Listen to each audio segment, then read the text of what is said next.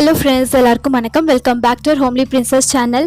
இன்றைக்கி நம்ம சேனலில் பார்த்தீங்கன்னா நிறைய பேரண்ட்ஸ் வந்து தன்னுடைய குழந்தை 1 வயசு ஆகியும் இன்னும் நடக்க மாட்டுறாங்க, இல்லை 1 வயசுக்கு மேலே ஆயிடுச்சு, இன்னும் வந்து எழுந்து நிற்க மாட்டுறாங்க, ஒரு ஸ்டேபிளாக வந்து நடக்க மாட்டுறாங்க அப்படின்னு நிறைய பேரண்ட்ஸ் வந்து ஃபீல் பண்ணுறவங்க இருப்பீங்க.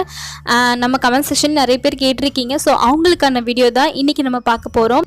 அதுக்கு முன்னாடி இன்னொரு விஷயம் கிட்ட நான் சொல்லிக்கிறேன். லாஸ்ட் வீடியோ பார்த்தீங்கன்னா நான் குழந்தையோட தலை வந்து ஏன் சூடாக இருக்குது அதை பற்றி நான் பேசியிருந்தேன். உங்ககிட்ட ரொம்ப நல்ல ரெஸ்பான்ஸ் கிடச்சிருக்கு. உங்கள் எல்லாத்துக்குமே ரொம்ப ரொம்ப தேங்க்ஸ். அதே மாதிரி நிறைய பேர் கமெண்ட் பண்ணியிருந்தீங்க, நீங்கள் ரொம்ப வந்து அதிகமாக பேசுகிறீங்க ஸ்டார்டிங்கில், அதுக்கப்புறம் தான் வந்து சொல்ல வேண்டியதை சொல்கிறீங்க, லேட்டாக வந்து சொல்கிறீங்க, ரொம்ப லென்த்தியாக போகுது, அப்புறம் வந்து 3 நிமிஷத்துக்கு மேலே தான் வந்து நீங்கள் சொல்ல வேண்டியதே சொல்கிறீங்கன்னு நிறைய பேர் சொல்லியிருக்கீங்க. இது நெகட்டிவ் கமெண்ட்டாக எனக்கு தெரியல. என்னை வந்து நீங்கள் ஒரு நல்ல விதத்தில் மோல்ட் பண்ணுறீங்கன்னு தான் நான் நினைக்கிறேன். ஏன்னா என்னுடைய நெகட்டிவ் நீங்கள் சொன்னாதான் நான் அடுத்தது வந்து அதை வந்து சரி பண்ணுறதுக்கு நான் ட்ரை பண்ண முடியும். ரொம்ப ரொம்ப தேங்க்ஸ் உங்கள் எல்லாருக்குமே. நான் முடிஞ்ச அளவுக்கு சீக்கிரமாக சொல்ல ட்ரை பண்ணுறேன். ஓகே ஃப்ரெண்ட்ஸ், வாங்க வீடியோக்குள்ளே போகலாம். வீடியோக்குள்ளே போகிறதுக்கு முன்னாடி எப்போவும் சொல்கிறது தான், ப்ளீஸ் நீங்கள் நம்ம சேனலை புதுசாக பார்க்குறவங்களா இருந்தீங்கன்னா மறக்காமல் சப்ஸ்கிரைப் பண்ணி வச்சுக்கோங்க. கூடவே பக்கத்தில் இருக்கிற பெல் பட்டனையும் நீங்கள் கிளிக் பண்ணி வச்சுக்கிட்டிங்கன்னா நான் போடக்கூடிய எல்லா வீடியோஸையும் நீங்கள் மிஸ் பண்ணாமல் பார்க்கலாம். இப்போ பார்த்தீங்கன்னா நிறைய குழந்தைங்க வந்து 8 மாதத்துலேருந்து 11 மாதத்துக்குள்ளே நடக்க ஆரம்பிச்சிருவாங்க. நிறைய குழந்தைங்க நடக்கிறாங்க. சில குழந்தைங்க வந்து அவங்களுடைய எனர்ஜி லெவல் பத்தாமல் உடம்புல சத்து இல்லாததுனால கொஞ்சம் வந்து அவங்க நடக்கிறதுக்கு லேட் ஆகுதே தவிர மற்றபடி அவங்களுக்கு எந்த ஒரு ப்ராப்ளமும் கிடையாது. நீங்கள் வந்து பயப்பட வேண்டாம். கண்டிப்பாக அவங்க நடப்பாங்க. அவங்களுக்கான ஸ்டேஜ் வரும்போது கண்டிப்பாக நடப்பாங்க. பட் நமக்கு ஒரு ஆசை இருக்கும் இல்லையா, நம்ம குழந்தை வந்து எல்லாரும் மாதிரி இந்த வயசில் சீக்கிரமாக நடக்க ஆரம்பிச்சிடணும். மற்றவங்க சொல்லுவாங்க வேற, ஏன் இன்னும் உங்கள் குழந்தை நடக்கலை அப்படின்னு கேட்பாங்க. அதுவே நமக்கு ஒரு வந்து கஷ்டமாக இருக்கும். ஸோ நான் சொல்ல போகிற இந்த ஹோம் ரெமடிஸ் நீங்கள் ட்ரை பண்ணீங்க, கண்டிப்பாக உங்கள் குழந்தை சீக்கிரமாக நடந்துருவாங்க. முதல் விஷயம் பார்த்தீங்கன்னா, நல்ல ஒரு ஹாட் வாட்டர் வச்சு குழந்தைய குளிக்க வைக்கணும். டெய்லி குழந்தைய குளிக்க வைங்க. அதுவும் கை, கால், இடுப்பு பகுதி இந்த இடத்துல நல்லா பிடிச்சு விட்டு தண்ணி நல்லா சூடாக நல்லா ஊற்றி குளிக்க வைங்க. இப்படி பண்ணும்போது அசதியில் நல்லா தூங்குவாங்க.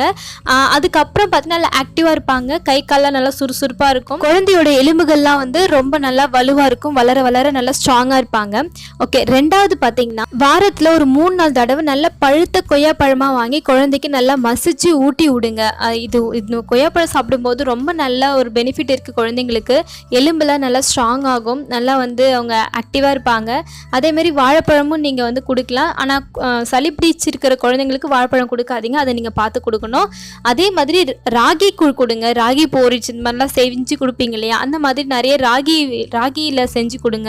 ஐ மீன் கேவுர் மாவு, சில பேருக்கு வந்து ராகி சொன்னால் தெரியாது. கேவுர் மாவில் வந்து இது மாதிரி குழந்தைக்கு கூழ் மாதிரி செஞ்சு நீங்கள் ஊட்டி விடுங்க. டெய்லி நீங்கள் வந்து ராகி கூழ் வந்து ஈவினிங் டைமில் கொடுக்கலாம். இது ரொம்ப நல்லது குழந்தைங்களுக்கு. 6 மாதம் ஆன குழந்தைங்களுக்கு சொல்கிறேன், இந்த மாதிரிலாம் நீங்கள் குடிக்கலாம். அதே மாதிரி முருங்கைக்கீரையில் என்னெல்லாம் செஞ்சு கொடுக்க முடியுமோ அதெல்லாம் செஞ்சு கொடுங்க குழந்தைங்களுக்கு. முருங்கைக்கீரை சூப் வச்சு கொடுங்க. முருங்கைக்கீரை குழம்பு செஞ்சு சாதத்தில் நெய் விட்டு பிசைஞ்சு குழந்தைக்கு மதிய டைமில் லஞ்சாக ஊட்டி விடுங்க. இந்த மாதிரி முருங்கைக்கீரையில் நீங்கள் நிறைய செஞ்சு கொடுத்தீங்கன்னா அதில் ஏகப்பட்ட பெனிஃபிட்ஸ் இருக்குது. குழந்தைங்களுக்கு நல்ல இரும்பு சத்து கிடைக்கும். அப்புறம் வளர வளர அவங்க நடக்கிறதுக்கோ இல்லை எலும்புகள் நல்லா வலுவாகிறதுக்கு ரொம்ப நல்லா யூஸ்ஃபுல்லாக இருக்கும். நெக்ஸ்ட் பார்த்தீங்கன்னா கொய்யா இலையை வந்து பறித்து நல்லா வந்து அதை பாயில் பண்ணி தண்ணியில் நல்லா வேக வச்சு அந்த தண்ணியை நீங்கள் வடிகட்டி உங்கள் குழந்தையோட காலில், இடுப்பில் இந்த 2 பகுதியிலையுமே நல்லா வந்து சூடாக நல்லா பிடிச்சு விட்டு நல்லா நீவி விட்டு தண்ணி ஊற்றி குளிக்க வைங்க சாயந்தரத்தில். இது மாதிரி பண்ணும்போது அவங்க நல்லா நடக்கிறதுக்கு சீக்கிரமாக நடக்கிறதுக்கு இது ரொம்ப ஹெல்ப்ஃபுல்லாக இருக்கும். நெக்ஸ்ட்டு பார்த்திங்கன்னா சாதம் வடிக்கும் போது தண்ணி இருக்கும் இல்லையா, வடித்து முடித்த உடனே தண்ணி சொல்லலை, சாதம் வந்து கொதிக்கும் இல்லையா, அந்த டைமில் இருக்கிற தண்ணியை கொஞ்சமாக ஒரு 5 கிளாஸ் எடுத்துக்கோங்க. அந்த தண்ணியை விளவாதீங்க. அப்படியே நீங்கள் குழந்தைக்கு நல்லா கொஞ்சம் ஆறுனதுக்கு அப்புறமா குழந்தைய வந்து அந்த மாதிரி இப்போ நான் சொன்ன கொய்யா இலையை பண்ணும்போது என்ன சொன்னனோ அதே மாதிரி நல்லா இடுப்பு பகுதியிலையும் கால்லையும் நல்லா வந்து பிடிச்சு விட்டு நீவி விட்டு குழந்தைக்கு அந்த தண்ணியை நல்லா அடிச்சு ஊற்றி குளிக்க வைங்க. இது இப்படி பண்ணும்போது சீக்கிரமாக நடந்துருவாங்க. இந்த ரெமெடிஸ் வந்து நான் ட்ரை பண்ணியிருக்கேன். ஆக்சுவலாக அவன் நடக்கணுன்றதுக்காக நான் இதை ட்ரை பண்ணலை. நான் வந்து அவனுக்கு ஒரு 2 மாதம் இருக்கும்போதே நான் இதெல்லாம் வந்து ட்ரை பண்ணியிருக்கேன். அதாவது இந்த சாதம் வடிச்ச தண்ணி ட்ரை பண்ணேன், கொய்யா இலையோடைய தண்ணி வந்து ட்ரை பண்ணியிருக்கேன். இதெல்லாம் பண்ணும்போது அவங்களுக்கு வந்து சீக்கிரமாக நடக்கிறதுக்கு கொஞ்சம் கால் வலிலாம் இல்லாமல் போன்லாம் நல்லா ஸ்ட்ராங் ஆகும். இது மாதிரிலாம் இருக்கும். ஸோ சீக்கிரமாக அவங்க நடப்பாங்க. அப்புறம் முக்கியமாக பார்த்தீங்கன்னா உங்கள் குழந்தை சீக்கிரமாக நடக்கணும் அப்படின்னு சொல்லிட்டோ இல்லைன்னா ஃபேன்சிக்காகவோ வந்து வாக்கர் தயவு செஞ்சு வாங்கி கொடுத்துடாதீங்க. அதாவது ரவுண்டாக வந்து குழந்தைய வந்து கால் தொங்க விடுற மாதிரி உட்கார வைப்பீங்க இல்லையா, அந்த மாதிரி வாக்கர் வாங்கி கொடுக்காதீங்க. அது வாங்கி கொடுத்தீங்கன்னா கண்டிப்பாக உங்கள் குழந்தை வந்து சீக்கிரம் நடக்க மாட்டாங்க. அது வந்து ஒரு குழந்தை படுத்துட்டு இருக்கும்போது என்ன ஃபீல் இருக்கோ, படுத்துட்டு இருக்கும்போது நடப்பாங்களா சொல்லுங்கள், அது நடக்க முடியாது இல்லையா. அதே மாதிரி ஃபீல் தான் வந்து வாக்கர் பயன்படுத்தும் போது குழந்தைங்களுக்கு. ஜஸ்ட் அது வந்து தொங்கிட்டு இருப்பாங்க அவ்வளோதான், தவிர அது வந்து நடக்கிறதுக்கு ஒரு எந்த வகையிலுமே ஹெல்ப்ஃபுல்லாக இருக்காது. நீங்கள் வந்து என்ன பண்ணுறீங்கன்னா வாக்கரை விட்டுட்டு அந்த 3 சக்கர வண்டி இருக்குது பார்த்தீங்களா, அந்த மாதிரி கூட வாங்கி கொடுங்க. எழுந்து பிடிச்சிட்டு நடப்பாங்க. என்ன ஒன்று, அந்த 3 சக்கர வண்டி நீங்கள் பயன்படுத்தும் போது அடிக்கடி விழுவாங்களே தவிர மற்றபடி அவங்க நடக்கிறதுக்கு ரொம்ப ஏதுவாக இருக்கும். நான் வந்து இந்த நடக்கிற அந்த 3 சக்கர வண்டி தான் வந்து எங்கள் அப்பா வாங்கிட்டு வந்தார் என்னோட குழந்தைக்கு. அதுதான் நான் வந்து பயன்படுத்தினேன். அடிக்கடி விழுவான், அடிக்கடி எழுந்திருப்பான், அவனே எழுந்திருப்பான்.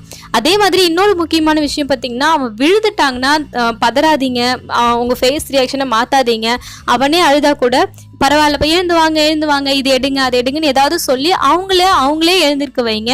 இது மாதிரி பண்ணும்போது அவங்களுக்கு ஒரு எனர்ஜியாக இருக்கும், நீங்கள் ஒரு பூஸ்டப் கொடுத்த மாதிரி இருக்கும். ஸோ அவங்க வந்து விழுந்துட்டோமேன்னு சொல்லி அழுதா கூட அது பெருசாக எடுத்துக்க மாட்டாங்க, அவங்களே கண்டுக்க மாட்டாங்க விழுந்தா கூட.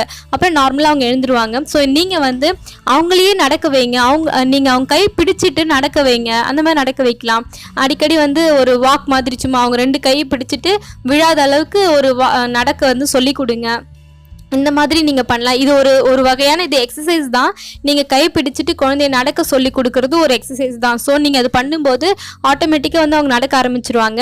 இன்னொன்று, ஏதாவது ஒரு பொம்மையை வந்து எதிர்க்க வச்சுட்டு இல்லைன்னா அவங்களுக்கு பிடிச்ச விஷயத்த ஏதாவது சைக்கிளோ இல்லை ஏதோ ஒன்று எதிர்க்க அவங்க வச்சுட்டு அதை போய் எடுத்துகிட்டு வாங்க அப்படி சொல்லுங்கள். இல்லை நீங்களே அவங்கள கூட்டிகிட்டு போயிட்டு அந்த பொம்மையை எடுக்க வைங்க.